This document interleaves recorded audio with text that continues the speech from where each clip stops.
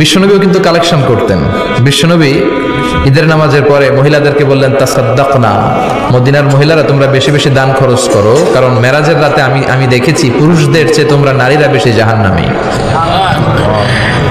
নারীরা বলল, কেন রাসূল, আমরা জাহান্নামী কেন, আমাদের দোষ কি? বিশ্বনবী বললেন, দুই কারণে। তুকসিরনা লানা, তোমরা বেশি বেশি মহিলাদেরকে লানত দাও। রেগে গেলে নারীরা বলে হেতের উপরে আল্লাহর ঠেড়া হইতো, হেতের উপরে আল্লাহর গজব হইতো, বলে না? তো এক নারী আরেক নারীকে এরকম গালি দাও, ভর্ৎসনা করো, লানত দাও, এটা এক কারণ। আরেক হচ্ছে তাকফুরনাল আশিরা, তোমরা স্বামীর নাশুকরি করো। মায়েরা, বোনেরা, যাদের কানে আমার মাইকের আওয়াজ যায়, স্বামীর নাশুকরি করবেন না, এটা বড় কবিরা গুনাহ। আপনি অনেক আল্লাহর ওলি হতে পারেন, নামাজি হতে পারেন, কিন্তু আপনার স্বামী যদি আপনার উপর নাখোশ থাকে, জান্নাতের দরজা আপনার জন্য খুলবে না। বিশ্বনবী ফাতেমারে বললেন, ফাতেমা, আলী কোথায়? ফাতেমা বলল, আপনার জামাই আলী আমার সাথে ঝগড়া করে বাইরে গেছে। বিশ্বনবীর চেহারাটা আগুনের গোলার মতো লাল হয়ে গেল। বিশ্বনবী ডেকে বললেন, ফাতেমা, তুমি বিশ্বনবীর মেয়ে হতে পারো, কিন্তু আলী তোমার স্বামী। আলী যদি তোমার উপর নাখোশ থাকে, জান্নাতের দরজা তোমার জন্য খুলবে না। কোথায় গেছে আলী, কোথায়? বললেন যে মসজিদে নববীতে গেছে। বিশ্বনবী যেয়ে দেখলেন বালির উপরে আলী শুয়ে আছে। বিশ্বনবী মজা করে ডাক দিলেন, ইয়া আবা তোরাব। তোরাব অর্থ বালি, তোরাব মানে কি? বিশ্বনবী ডাক দিলেন, ইয়া আবা তোরাব, মানে হে বালির বাবা আলী, ওঠো। এখন আলী ওঠে না, রাগ করে আসছে।